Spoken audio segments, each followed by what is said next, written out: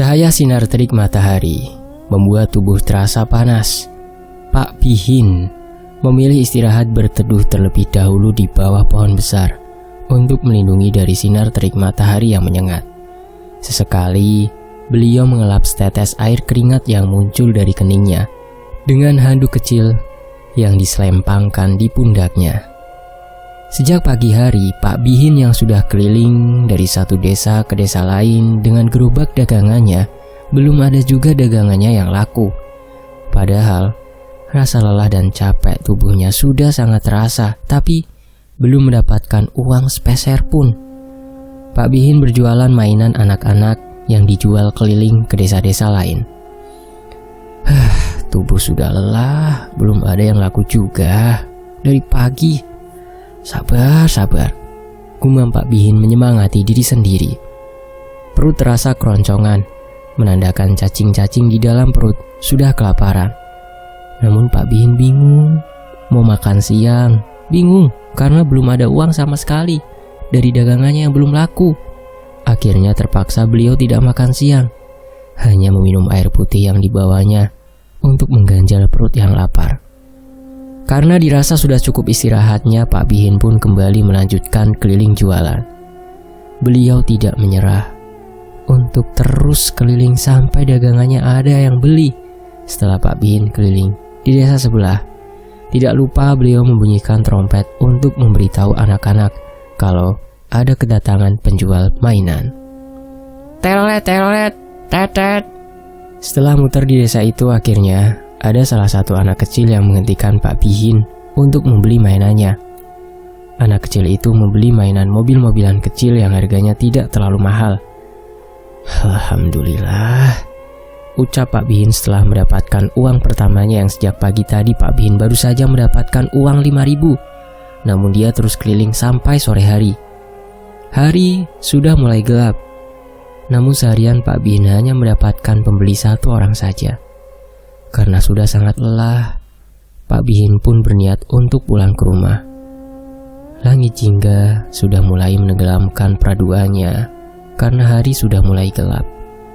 Pak Bihin terus mengayuh gerobak dagangannya dengan nafas yang terasa tidak beraturan. Sebenarnya Pak Bihin takut pulang, tidak membawa uang. Tapi mau tidak mau Pak Bihin harus pulang ke rumah. Samar-samar terdengar suara azan maghrib yang mulai berkumandang ketika beliau sedang di jalanan. Pak Bihin pun segera mempercepat kayuh gerobak dagangannya, berharap cepat sampai di rumah. Saat itu beliau melewati jalanan yang sangat sepi, tepatnya melewati jalanan yang kanan kirinya kuburan. Bulu kuduk Pak Bihin langsung merinding, berdiri semua, karena itu jalan tercepat menuju ke rumah, mau tidak mau harus dilewati. Sehingga suara adzan terdengar samar-samar dari kejauhan. Dalam hati, Pak Bihin terus berdoa ketika melewati jalan kuburan itu. Saat itu Pak Bihin tiba-tiba saja mencium bau wangian kembang-kembangan seperti melati, dan itu membuatnya semakin merinding. Kok bau kembang melati ya? Tidak hanya mencium bau melati saja, dia pun mencium bau singkong bakar. Kata orang, kalau mencium bau singkong bakar itu artinya ada sosok tak kasat mata menunjukkan eksistensinya. Seketika Pak Bihin pun baru ingat kalau malam itu adalah malam Jumat Kliwon. Semakin takutlah Pak Bihin. Dia mempercepat kayuhannya. Akan tetapi entah kenapa kayuhannya itu yang sudah menggunakan sekuat tenaga terasa sangat berat dan tidak sampai-sampai. Keringat dingin membasahi tubuhnya. Jantung terasa sangat berdegup dengan kencang. Pak Bihin merasakan kalau di belakangnya ada yang bonceng.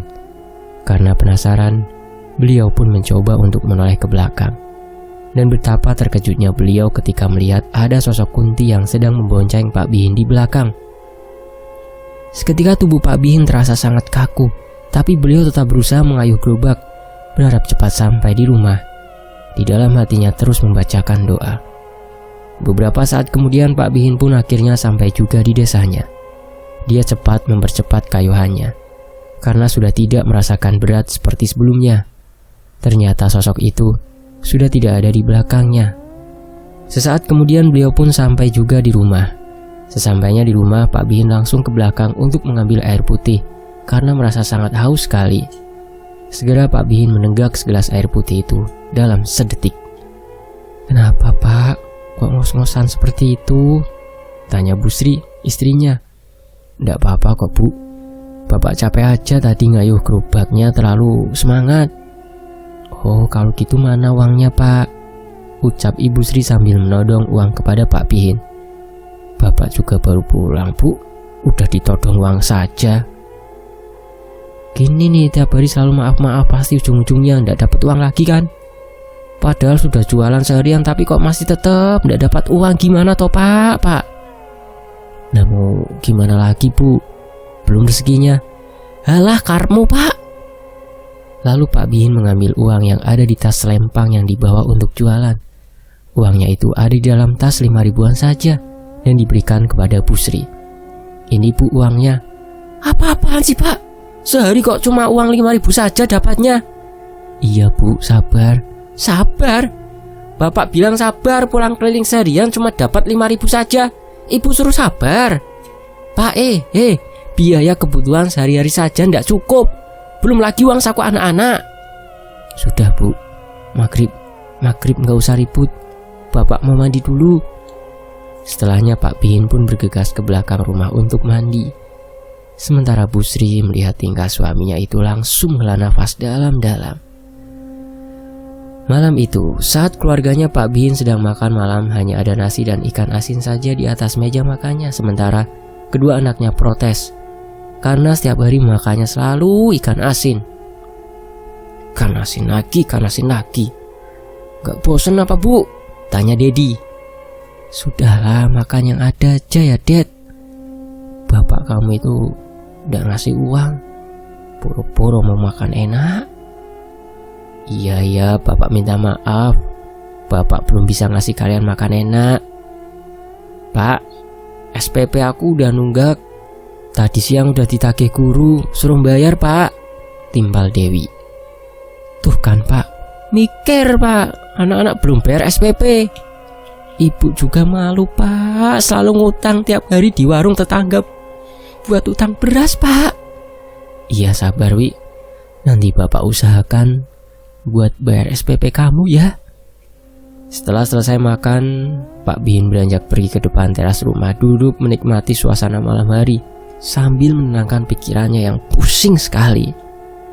Pak Bihin duduk di bangku yang terbuat dari bambu atau lincah. Terdengar suara katak dan jangkrik yang saling bersautan dari sawah pinggir rumah. Sesekali Pak Bihin menatap ke arah atap rumahnya yang sudah reot, hampir roboh. Maklum, rumahnya itu terbuat dari anyaman bambu dan atapnya menggunakan daun kelapa, gribek, sama welit.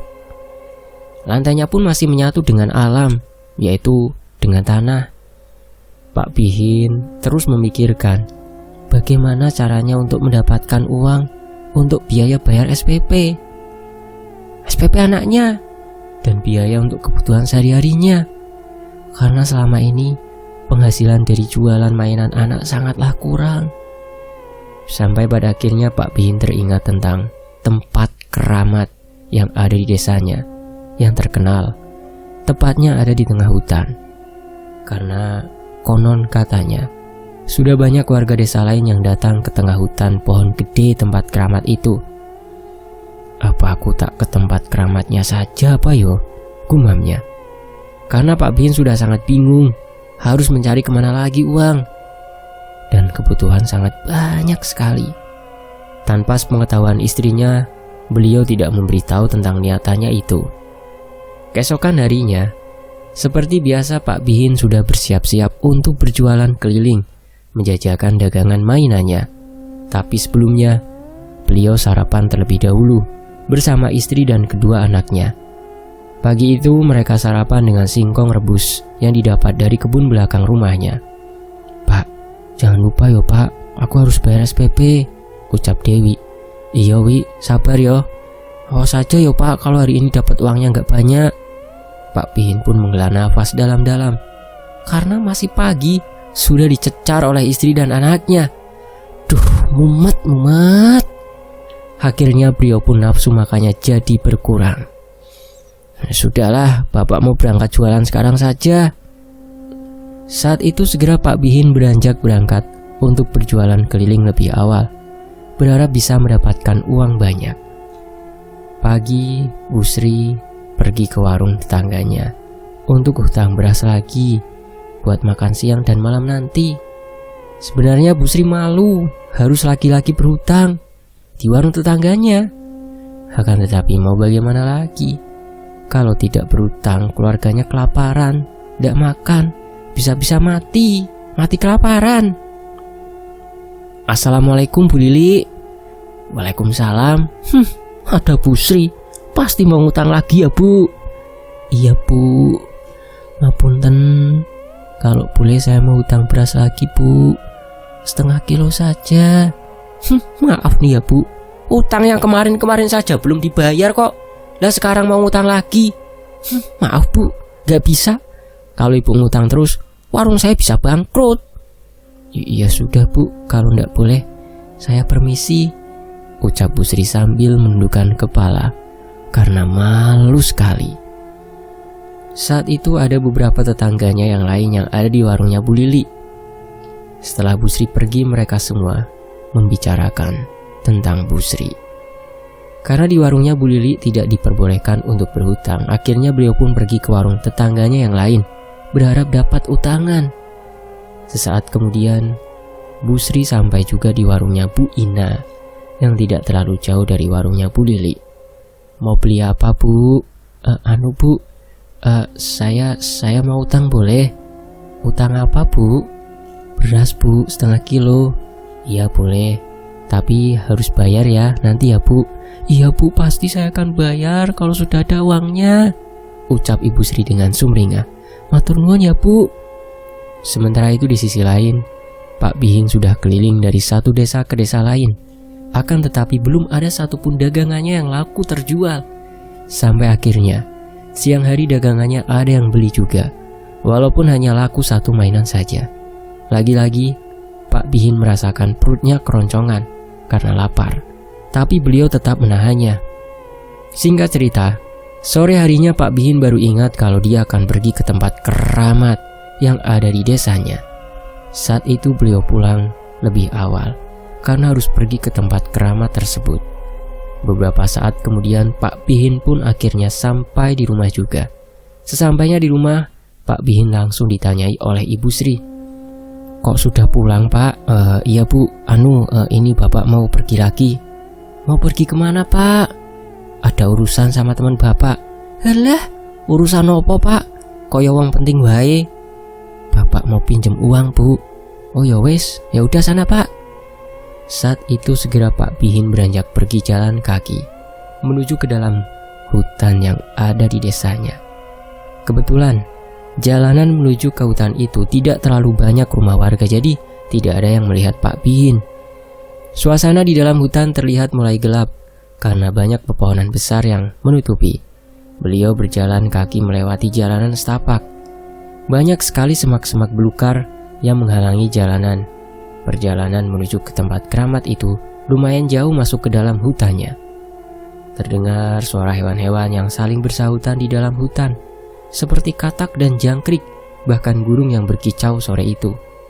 Sinar matahari terlihat mulai redup karena hari sudah mulai petang.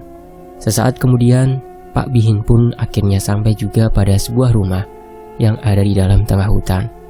Rumah itu diyakini warga setempat milik dukun yang nantinya mengarahkan kepada orang-orang yang akan melakukan pesugihan dengan ritual di pohon gede yang ada di dalam hutan. Namanya Ki Gondo. Beliau tinggal di rumah gubuk yang terbuat dari anyaman bambu sendirian di dalam hutan. Sesampainya di rumah Ki Gondo, Pak Bihin langsung menyambangi rumahnya. Permisi Ki. Masuk, ucap Ki Gondo yang kebetulan rumahnya tidak ditutup pintu. Saat itu Pak Bihin pun masuk ke dalam rumah Ki Gondo untuk menemuinya. Ada apa kamu datang ke sini? Gini Mbah, saya sudah bosan hidup miskin Mbah. Saya ingin hidup sejahtera, banyak uang. Ki Gondo mendengarkan dengan seksama ucapannya Pak Bihin, sembari mengisap lintingan tembakau. Kamu yakin? Yakin Mbah, saya benar-benar sudah bosan hidup melarat. Ada syarat dan ritual yang harus kamu lakukan nantinya. Apa mbah syaratnya? Syaratnya, kamu harus mencari kucing oren terlebih dahulu untuk nantinya ritual. Kucing oren, mbah? Iya, kucing oren. Pulanglah datang ke sini lagi ketika sudah mendapatkan kucingnya. Baik, mbah.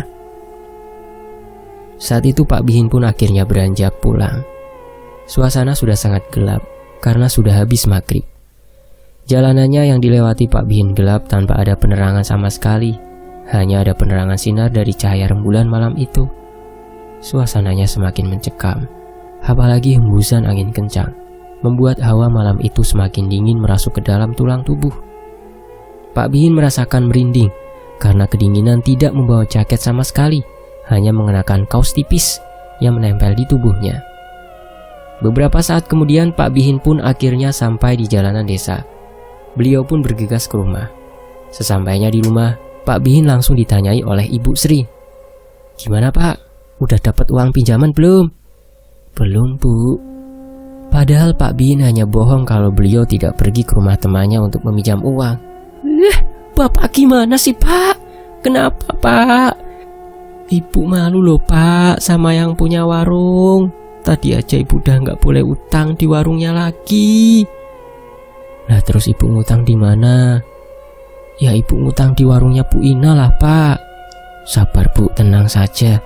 Tenang saja, nanti Bapak pasti akan melunasi semua hutang itu. Alah, nggak usah banyak omong Pak, kalau buktinya nggak ada. Singkat cerita, keesokan harinya Pak Bihin seperti biasanya berangkat berjualan mainan anak keliling dari satu desa ke desa lain. Siangnya ketika Pak Bihin melewati jalanan yang kanan kirinya kebun, beliau melihat ada seekor kucing oren yang melintas. Kebetulan, sontak saat itu Pak Bihin langsung turun dari gerobaknya dan mengejar kucing itu yang lari ke dalam kebun. Untungnya, suasana sekitar itu sangat sepi. Jadi Pak Bihin dapat menangkap kucing itu meskipun susah karena kucing oren lari melompat-lompat. Sampai akhirnya, seekor kucing oren itu tertangkap juga oleh Pak Bihin. Segera kucing itu dimasukkan ke dalam gerobak mainannya dan langsung dibawa pulang saat itu juga. Sesampainya di rumah, membuat Bu Sri bertanya-tanya. Karena masih siang, akan tetapi suaminya kok sudah pulang, tidak seperti biasanya. Loh Pak, kok sudah pulang? Iya Bu, ini Bapak ada urusan lagi, mau pergi dulu. Saat itu Bu Sri berada di dalam rumah. Pak Bihin beranjak keluar untuk mengambil kucing yang ada di dalam gerobaknya tanpa sepengetahuan istrinya dan segera pergi. Namun, Bu Sri yang ada di dalam mendengar ada suara kucing yang mengeong berkali-kali tadi sebelum Pak Bihin pergi. Dia pun keluar rumah untuk memastikan karena suara kucing itu terdengar jelas di depan rumah. Perasaan tadi ada suara kucing. Kok sekarang gak ada? Ah, perasaan aku aja kali, gumam Bu Sri. Sementara di sisi lain Pak Bihin segera pergi ke dalam tengah hutan membawa kucing oren yang diletakkan di dalam plastik tebal. Saat beliau membawa kucing itu, terdengar suaranya terus mengeong, membuat Pak Bihin wanti-wanti ketika melewati jalan dekat rumah-rumah warga karena takut ada yang mendengar. Beberapa saat kemudian Pak Bihin pun akhirnya sampai juga di rumahnya Ki Gondo. Siang itu Ki Gondo terlihat sedang duduk di depan teras rumah sambil menghisap tembakau yang dilintingnya. Gimana? Sudah dapat kucing orennya? Sudah Mbah ini. Bagus. Kalau gitu sekarang kita akan menyembelih kucing itu untuk nanti malam melakukan ritual. Disembelih Mbah? Tanya Pak Bihin sembari bergidik ngeri. Karena yang dia tahu kalau kucing tidak boleh untuk disembelih. Seketika beliau baru ingat kalau yang akan dilakukannya itu juga sangat dosa melakukan pesugihan. Akan tetapi Pak Bihin menuruti saja apa yang dikatakan Ki Gondo. Karena beliau sudah benar-benar putek, mentok, mumet, ingin mendapatkan uang banyak dan bosan hidup miskin. Malam hari pun tiba. Akan dilakukannya penyembelihan kucing oren di dalam rumah Ki Gondo, tepatnya di dalam ruangan ritual. Ki Gondo masuk ke dalam rumahnya terlebih dulu untuk mengambilkan golok buat menyembelih kucingnya. Sesaat kemudian, penyembelihan pun akan dilakukan. Pak Bihin memegangi kucing bagian belakang, sementara Ki Gondo memegangi kepala kucing dan perlahan menyembelihnya sembari merapalkan mantra. Tawang-awang kucing yang meripatku, ngampar suarane mendatak kau mendak bla bla bla bla. Hembusan angin kencang datang bersamaan ke dalam ruangan ritual saat Ki Gondo merapalkan mantranya, membuat Pak Bihin merinding, bulu kuduk berdiri semua. Sebuah golok menancap tajam di leher kucing oranye itu. Darah mengucur ke baskom yang sudah disediakan di bawahnya. Bau amis dan anyir menyeruak ke dalam hidung. Terdengar suara kucing mengeong untuk terakhir kalinya. Sebenarnya Pak Bihin melihatnya sangat bergidik ngeri dan tidak tega. Tapi mau gimana, itu syarat yang harus dilakukannya. Setelahnya kucing yang sudah tidak berdaya itu lalu akan diasapkan di atas kemenyan sambil dibacakan mantra lagi. Kelawan nyebut asmane Gusti bla bla bla bla bla bla. Dan saat itu hembusan angin kembali datang kali ini, disertai dengan dedaunan yang ada di hutan masuk ke dalam ruangan ritual itu. Brak brak brak. Terdengar jendela dan pintu ruangan itu yang terbuka dan tertutup dengan sendirinya. Bau amis dan anyir dari bangkai tikus itu mulai tercium tajam di hidung.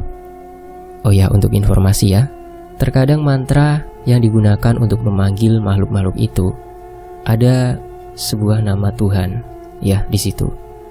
Itu sejatinya itu hanya untuk menistakan Tuhan, sehingga setannya itu mau datang gitu. Jadi setan itu hanya butuh ikrar dari manusia untuk menyepelekan atau menduakan Tuhan. Begitu ya teman-teman ya. Begitu katanya. Sementara itu, brak brak brak, terdengar jendela dan pintu ruangan itu yang terbuka dan tertutup dengan sendirinya. Bau amis dan anyir dari bangkai tikus itu mulai tercium tajam di hidung.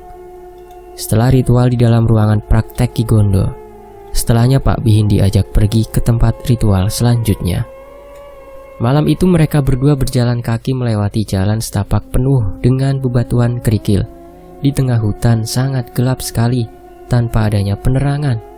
Hanya ada penerangan sinar dari cahaya matahari. Pak Bihin mengikuti Ki Gondo di belakang. Jaraknya cukup jauh menuju ke hutan yang lebih dalam. Beberapa saat kemudian, mereka pun akhirnya sampai juga di tengah hutan, tepatnya di sebuah pohon gede. Di pohon gede itu nantinya Pak Bihin akan melakukan ritual sendirian. Ki Gondo sudah membawakan sesajen, kemenyan, dan bungkusan karung untuk nantinya tempat meletakkan uang. Duduklah bersila. Saat itu Pak Bihin pun menuruti, duduk bersila di bawah pohon gede itu, yang di depannya ada beberapa sesajen dan kemenyan yang sudah dibakar oleh Ki Gondo. Asap kemenyan sudah mulai mengepul. Ki Gondo memberikan mantra kepada Pak Bihin untuk dirapalkan. Malam itu Pak Gondo tidak boleh makan, minum, dan tidur selama melakukan ritual. Saya tinggal kamu sendirian di sini. Ingat, kalau ada gangguan, jangan kamu hiraukan. Tetap fokus pada niatmu. Rapalkan mantra itu terus-menerus. Sebelum terbit fajar, kamu harus segera pulang ke rumah saya, dan bawa karung itu nantinya. Baik, Ki. Setelahnya Ki Gondo meninggalkan Pak Bihin sendirian di dalam tengah hutan untuk melakukan ritual. Pak Bihin mulai merapalkan mantranya.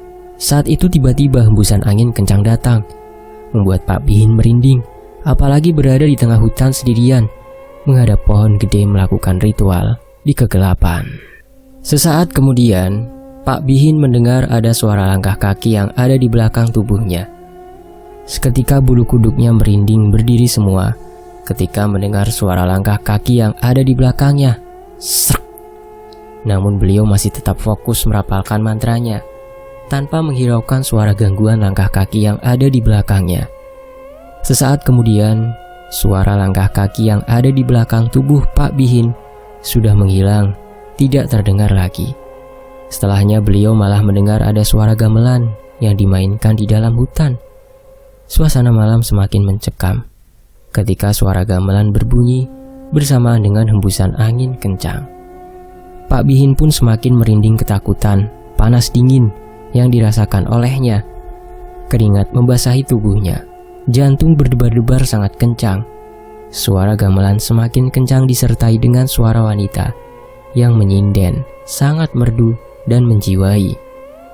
Namun sesaat kemudian, suara gamelan dan suara wanita yang menyinden itu perlahan-lahan menghilang dengan sendirinya.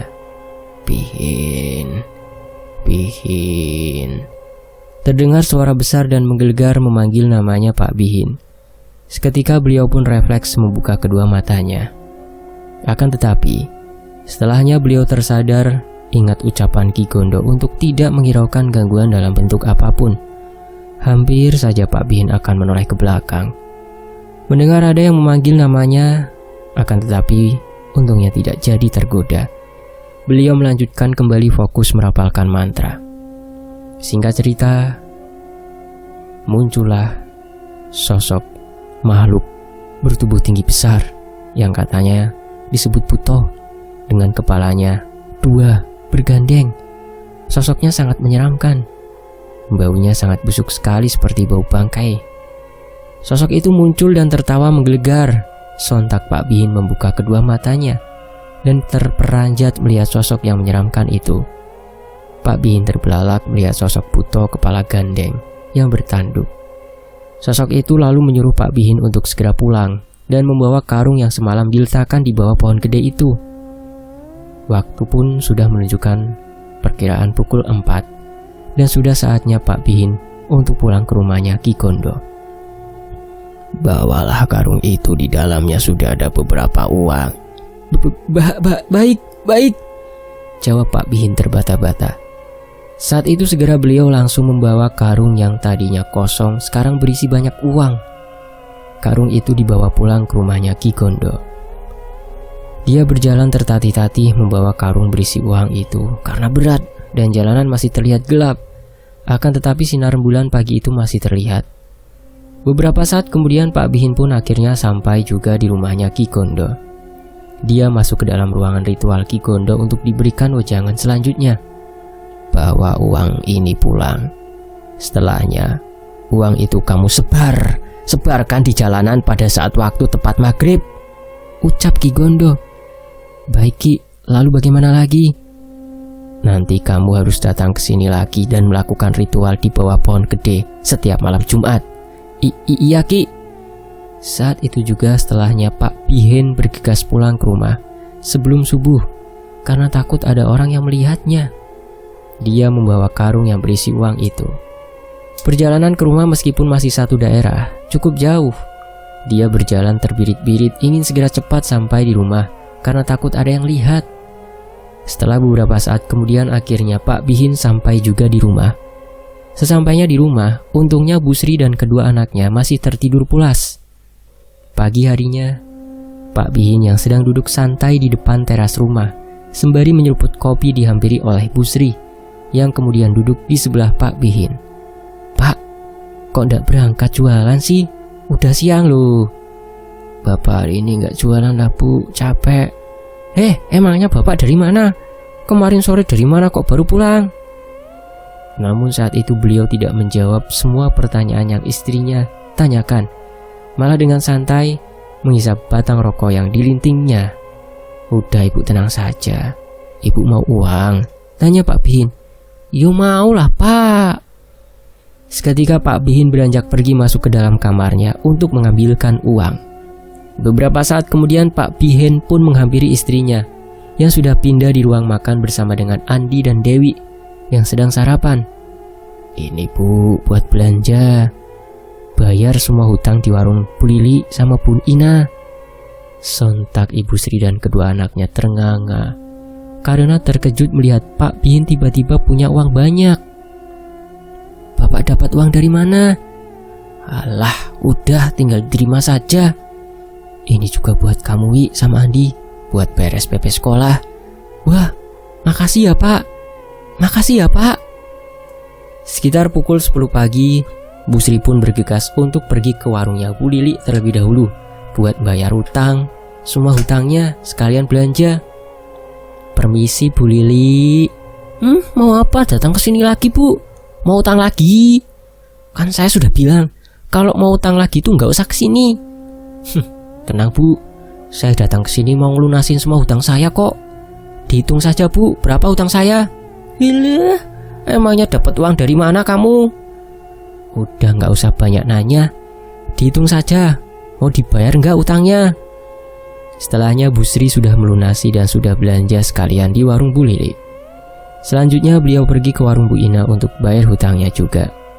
Singkat cerita, malam hari pun tiba. Saat waktu maghrib, suara azan mulai berkumandang. Bukannya pergi ke musola atau masjid untuk melaksanakan ibadah, Pak Bihin malah sibuk untuk menyebarkan uang di jalanan. Namun sebelumnya, Pak Bihin berpamitan kepada istrinya mau pergi ke musola karena pakaiannya pun menggunakan sarung koko dan kopiah. Saat itu, beliau mengendarai sepeda ontelnya keliling desa sembari melihat sekeliling sebelum menyebar uang karena takut ada yang melihat. Setelah dirasa aman, Pak Bihin langsung menyebar uang itu di jalan, dan uang yang disebarnya itu merupakan uang 100 ribuan yang nantinya otomatis orang yang melihat pasti akan tertarik untuk mengambil uang itu secara cuma-cuma. Beberapa saat kemudian, setelah jamaah musola sudah selesai melaksanakan ibadah, semuanya bergegas untuk pulang ke rumah.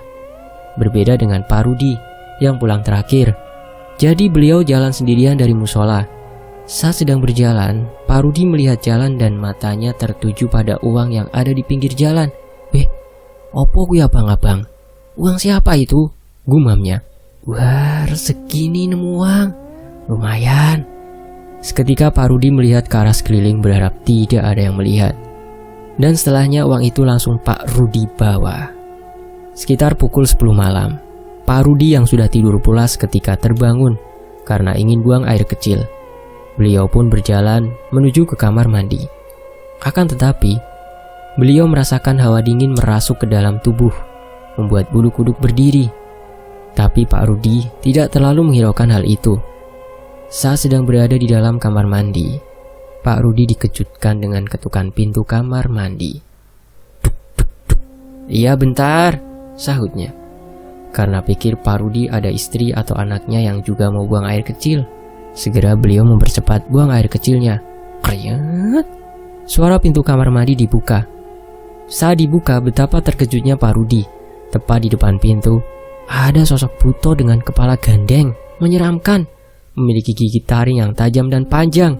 Sontak, Pak Rudi terbelalak, kedua mata tubuhnya kaku dan mulut ingin berteriak, berasa sangat berat sekali, seperti terkunci.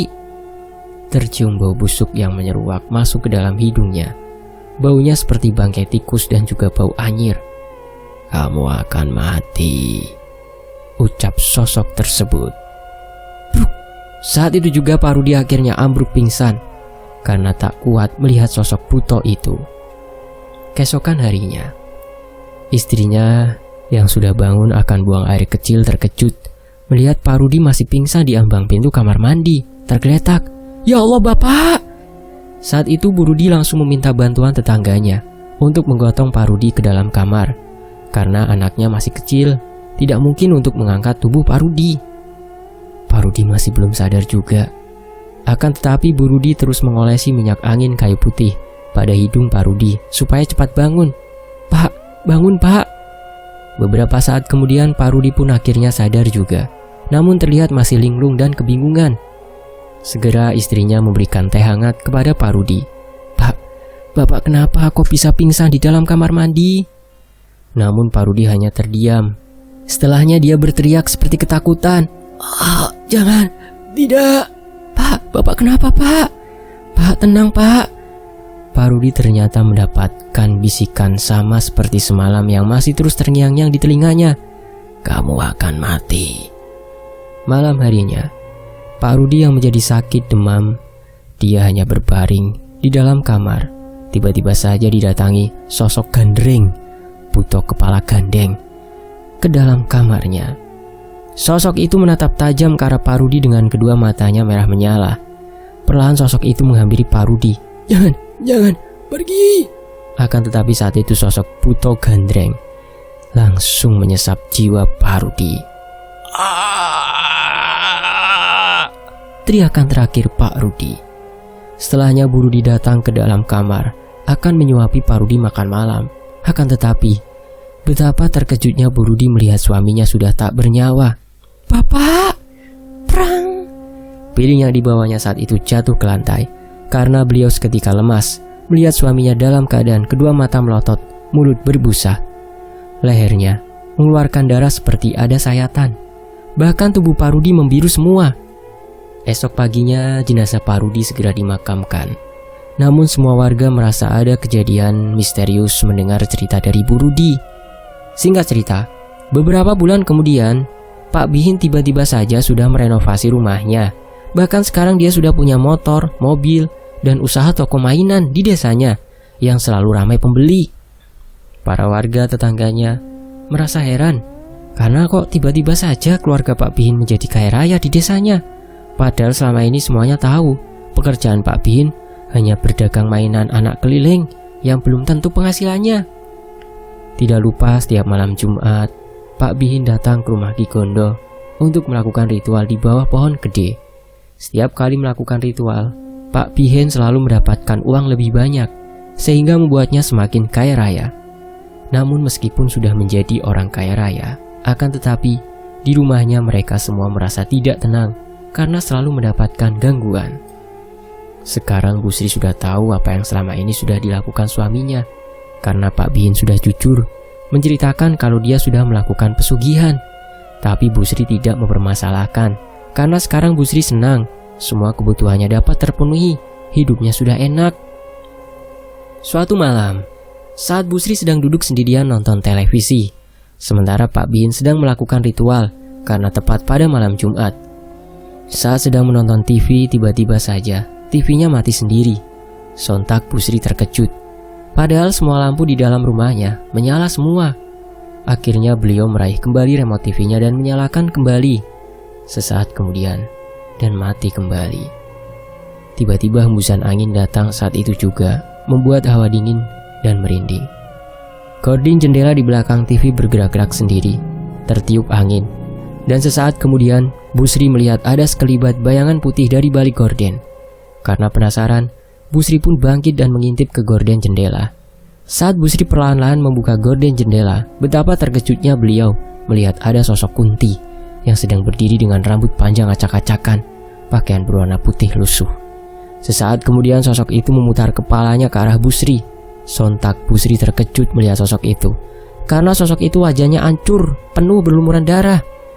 Segera Bu Sri menutup gordennya dan beranjak masuk ke dalam kamar. Nafasnya terasa memburu, tidak beraturan, jantung berdebar hebat dengan kencang. Tok tok tok tok. Saat sudah berada di dalam kamar, tiba-tiba saja ada yang datang mengetuk pintu. Karena dikira suaminya sudah pulang, Bu Sri pun segera membukakan pintunya. Krek. Namun saat pintu kamarnya dibuka ternyata di depan pintu tidak ada siapa-siapa. Yang ada, Bu Sri hanya mencium bau busuk yang menyeruak. Sementara di sisi lain, di pos ronda, ada bapak-bapak yang sedang meronda. Salah satu dari bapak itu tiba-tiba saja melihat ada uang di jalanan ketika akan ke pos ronda. Dan saat itu Pak Ali segera mengambil uang itu. Setelahnya uang yang ditemukan Pak Ali dibelikan kopi di warung dekat pos ronda. Namun saat Pak Ali selesai di pos ronda, akan pulang ke rumahnya.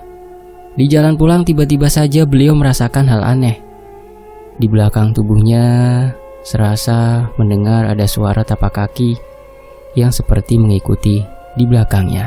Srek, srek. Akan tetapi, saat Pak Ali menoleh ke belakang, ternyata tidak ada siapa-siapa.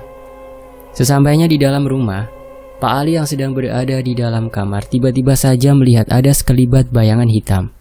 Sesaat kemudian, bayangan hitam yang ada di pojok kamarnya itu berubah menjadi sosok Puto berkepala gandeng.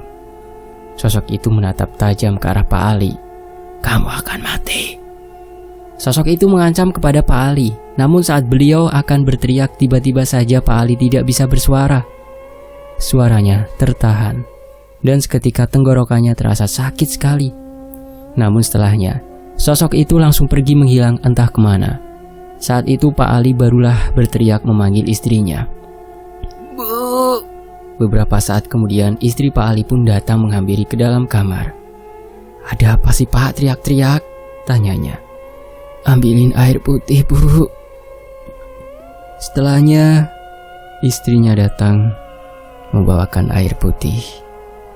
Akan tetapi Pak Ali terkejut karena tiba-tiba saja di samping istrinya itu ada sosok buto berkepala gandeng. Sesaat kemudian sosok itu lalu meludah ke dalam air putih yang dipegang oleh istrinya. Namun mulut Pak Ali terasa terkunci kembali. Dia tidak bisa berbicara. "Ini Pak, diminum Pak." Karena tidak bisa menjawab, mau tidak mau Pak Ali pun meminum air putih itu. Setelah meminum air putih, tiba-tiba saja Pak Ali mendadak jadi kejang-kejang.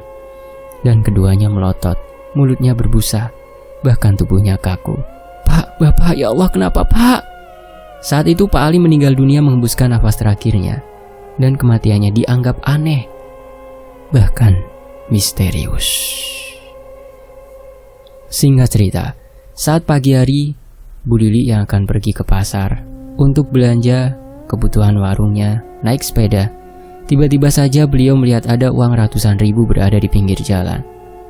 Karena jalanan terlihat masih sangat sepi, dia pun berniat untuk mengambil uang itu. Namun Bu Lili sambil melihat ke sekeliling, takut ada yang lihat. Setelah uang itu diambil, dia melanjutkan kembali perjalanannya menuju ke pasar. Akan tetapi sesampainya di pasar, tiba-tiba saja Bu Lili merasakan pusing kepalanya. Terasa sangat amat sakit sekali, sampai berkunang-kunang. Akan tetapi beliau tetap melanjutkan berbelanja. "Duh, kepalaku kok sakit banget ya." Sesekali, Bu Lili berhenti karena tidak kuat berjalan kaki memutari pasar. Padahal belanjaannya masih kurang banyak. Sampai dia ditegur oleh orang yang lewat karena Bu Lili jalannya sangat sempoyongan. "Bu, Ibu kenapa Bu?" Gak apa-apa Bu," jawab Bu Lili berpura-pura. Karena tidak kuat untuk melanjutkan belanjanya yang kurang, Bu Lili pun berniat untuk pulang ke rumah saja. Di perjalanan pulang, tiba-tiba saja Bu Lili kepalanya terasa sangat pusing sekali. Sampai-sampai Bu Lili tidak fokus mengendari sepedanya. Karena kedua matanya berkunang-kunang, tidak jelas pandangannya melihat jalanan. Sampai akhirnya Bu Lili pun mengalami kecelakaan, tertabrak mobil yang melintas. Saat itu Bu Lili oleng jalannya, tidak sesuai jalur. Buak! Tubuh Bu Lili terpental jauh dari tempat kejadian, hingga kepala Bu Lili terbentur oleh aspal sangat keras sekali. Beberapa warga yang melihat Bu Lili langsung segera menghampiri untuk menolongnya. Ternyata saat itu Bu Lili masih pingsan dan segera dibawa ke rumah sakit terdekat untuk mendapatkan penanganan. Bu Lili tiba-tiba saja berada di dalam sebuah istana. Beliau melihat banyak orang di sana, termasuk kedua tetangganya, Pak Ali dan Pak Rudi, dengan wajah yang sangat pucat sekali. Bahkan ada luka membiru serta darah mengalir di leher Pak Rudi. Saat itu Bu Lili melihat Pak Rudi dan Pak Ali sedang dicambuk dengan menggunakan rantai besi. Sangat kejam dan mengerikan sekali. Bahkan Bu Lili juga melihat di sana banyak sekali potongan tubuh manusia yang dijadikan tangga darah, bercucuran bau anyir dan amis. Seketika Bu Lili yang melihat itu bergidik ngeri. Akan tetapi sesaat kemudian dia mendengar ada yang memanggil namanya. Lili, Lili, kamu akan mati.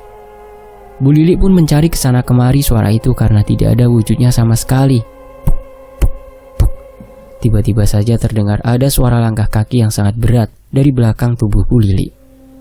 Dan saat dia menoleh ke belakang, ternyata ada sosok buto berkepala gandeng. Sontak Bu Lili pun terperanjat melihat sosok yang menyeramkan itu. Sehingga Bu Lili berjalan mundur ke belakang yang ternyata di bawahnya itu ada sebuah kuali besar dan di dalamnya ada air panas mendidih.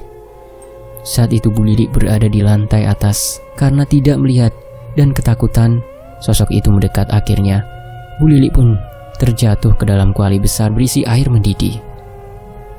Di rumah sakit, Bu Lili pun dinyatakan meninggal dunia karena ada luka di bagian dalam tubuhnya.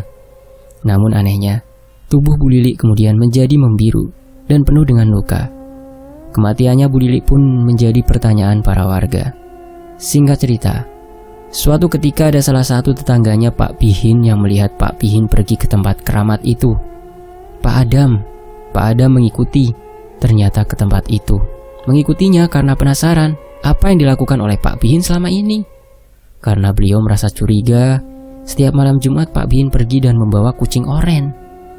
Setelah melihat apa yang dilakukan oleh Pak Pihin, Pak Adam pun jadi tahu kalau selama ini Pak Bihin sudah melakukan ritual untuk pesugihan. Saat itu juga Pak Adam kembali ke rumah dan memberitahu kepada bapak-bapak yang kebetulan sedang meronda. Semenjak itu, para warga bekerja sama untuk memergoki minggu depannya saat Pak Bihin sedang melakukan ritual.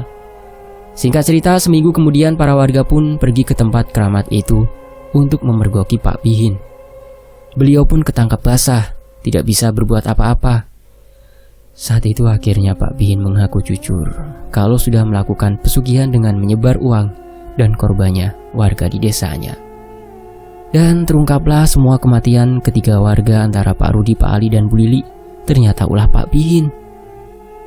Kemudian setelah ketangkap basah, Pak Bihin pun diamankan di balai desa untuk beberapa hari. Hingga tiba Jumat lagi yang seharusnya Pak Bihin melakukan ritual di bawah pohon gede keramat. Namun karena dia diamankan, Pak Bihin pun tidak bisa melakukan ritual. Saat itu Pak Bihin didatangi sosok Gandering, sosok demit yang sudah melakukan perjanjian dengannya. Karena kamu sudah melanggar perjanjian, kamu harus tanggung sendiri akibatnya. Kamu akan mati. Tidak, aku tidak mau mati. Namun sosok itu hanya tertawa terbahak-bahak mendengar ucapannya Pak Bihin yang ketakutan. Saat itu juga sosok Gandring langsung mencekik leher Pak Bihin kuat-kuat sampai lidahnya menjulur panjang. Kedua matanya melotot dan akhirnya saat itu juga Pak Bihin dinyatakan meninggal dunia dengan keadaan mengenaskan lidah menjulur, kedua mata melotot dan leher membiru, ada bekas lilitan di lehernya. Ibu Sri yang mengetahui itu langsung menangis histeris. Singkat cerita, setelah kematiannya Pak Bihin, usaha toko mainannya itu semua cabang bangkrut. Dan sekarang Bu Sri dengan kedua anaknya Dewi dan Andi hidup miskin seperti dulu lagi. Dan warga desa pun tenang dari keresahan tentang tumbal pesugihan. Seperti biasanya, sebuah pesugihan, semua harta benda yang telah didapatkan dengan cara itu habis terbakar. Ibu Sri dan kedua anaknya ikut tinggal di rumah mertuanya. Dan dengan kisah ini semoga kita selalu dilindungi dari godaan ya. Apapun kesusahan dan kesulitan dalam hidup ini, tetaplah sabar ya, jangan sampai tergoda. Semoga menjadi hikmah. Tony FS pamit. Wassalamualaikum warahmatullahi wabarakatuh. Sampai jumpa di kisah lainnya. Tetap di Tony FS.